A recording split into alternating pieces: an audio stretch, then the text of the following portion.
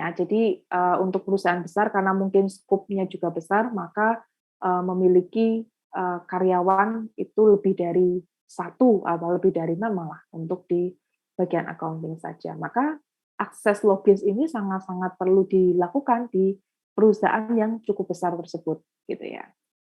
Nah, pengendalian akses logis ini nanti membatasi orang itu bisa menggunakan program dan data. Ya tadi kalau misalnya dia adalah bagian piutang, dia nggak mungkin dong akan mengakses di bagian utang gitu ya. Jadi jangan sampai dia mengakses sesuatu yang tidak atau bukan merupakan wewenangnya dia. Ya. Nah, pengguna hanya diizinkan mengakses data dan program itu tertentu saja. Ya, kalau misalnya memang ternyata perlu sekali, maka harus ada otorisasi dari bagian yang terkait. Jadi baru bisa menggunakan atau mengakses data tersebut. Ya, maka hanya bisa diizinkan ya kalau tertentu saja. Lalu untuk pengendalian logis, ya logis itu bisa dilakukan dengan cara memberikan password. Ya, saudara sudah tahu ya password paling gampang adalah password handphone saudara, gitu ya. Itu juga akses logis sebenarnya. Saudara memberikan password di handphone itu kan berarti saudara tidak ingin orang lain itu menggunakan handphone saudara ya yang bukan wewenangnya dia. Ya, ada yang lebih rigid lagi biasanya adalah bagian pesan atau message itu di lock atau di password. Ada nggak dari saudara yang begitu? Ada nggak?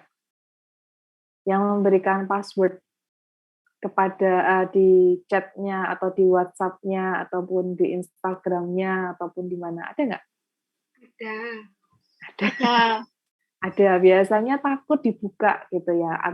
Entah takut dibuka oleh temannya atau dibuka oleh orang tuanya atau dibuka oleh adiknya gitu ya karena takut mengakses. Kalau anak kecil kan terkadang ada yang asal pecet-pecet akhirnya nanti ngirim kemana gitu ya. Jadi ada pembatasan akses. Nah, salah satunya dengan password.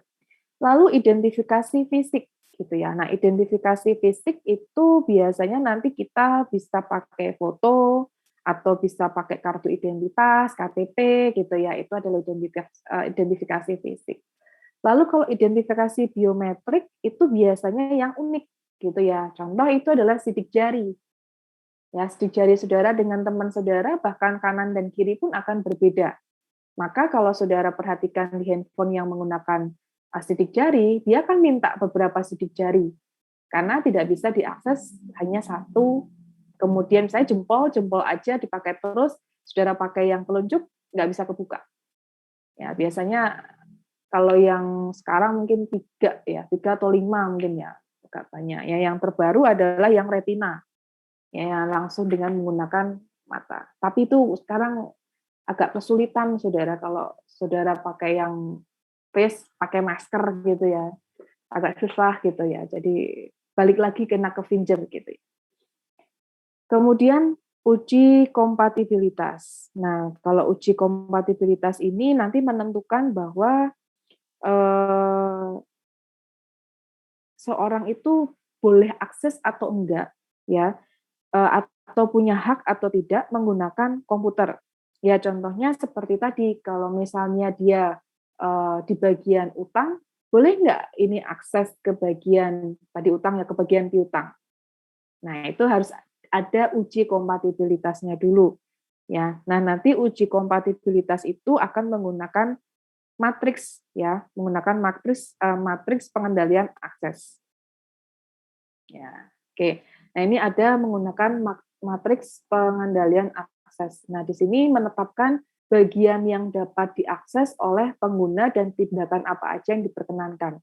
Jadi kita membatasi bisa bagian lain itu mengambil tapi ada batasnya gitu ya, ada batasnya. Jadi tindakannya itu dibatasi.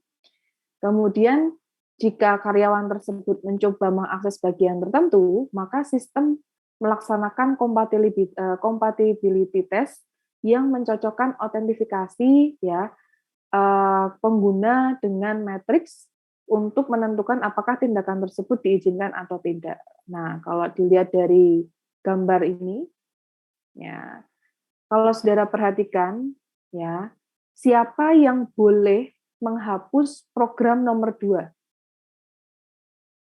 Ya. Kalau yang 0 itu berarti, oh ini nggak boleh. Ya, kalau 0 berarti dia tidak boleh, atau tidak bisa mengakses, tidak diizinkan. Kemudian kalau yang 2 atau yang satu dulu, yang satu, berarti yang satu itu hanya bisa membaca dan juga melihat saja. Jadi melihat displaynya saja. Kemudian kalau yang 2, ya berarti kalau 2 ini adalah ini ya, kalau 2 itu berarti dia bisa baca, kemudian bisa melihat, lalu bisa mengupdate. Tetapi untuk create dan juga untuk delete itu hanya bisa diakses oleh yang kode nomor 3, yaitu adalah karyawan dengan nomor sekian, password-nya ini. Maka dia bisa atau mempunyai otorisasi untuk mendelete program nomor 2. Nomor 1, untuk karyawan yang ini, itu hanya bisa melihat aja. Ya, biasanya yang, tiga ini adalah memang dia orang-orang yang sudah, istilahnya punya wewenang di sana cukup tinggi. Jadi dia, agak sedikit bolehlah ininya untuk create ataupun delete data, gitu ya. Nah, maka nanti kalau misalnya membuat, matriksnya, ini karyawan A, bisa nggak akses ini? Oh, nggak bisa, maka kita kasih poin 0. Lalu data ini bisa ngambil nggak? Nggak bisa, berarti poinnya 0. Kemudian kalau kita, data yang ketiga, bisa nggak kita ambil untuk karyawan ini? Oh bisa, dia hanya bisa baca saja. Nah, matriks ini dibuat ya saat kita memberikan wewenang terhadap orang tersebut. Jadi harus dibuat, oh ini yang bisa akses A, yang bisa create B gitu ya. Jadi kita memberikan otorisasinya kepada siapa. Nah, maka dibantu dengan menggunakan matriks ini ya, tetapi ini adalah salah satu tambahan kalau memang ternyata ya kita pengen membutuhkan siapa saja sih yang bisa atau mempunyai wewenang untuk membaca, membuka, atau meng-create ataupun mendelete data-data yang ada di dalam program. Oke, sampai dengan pengendalian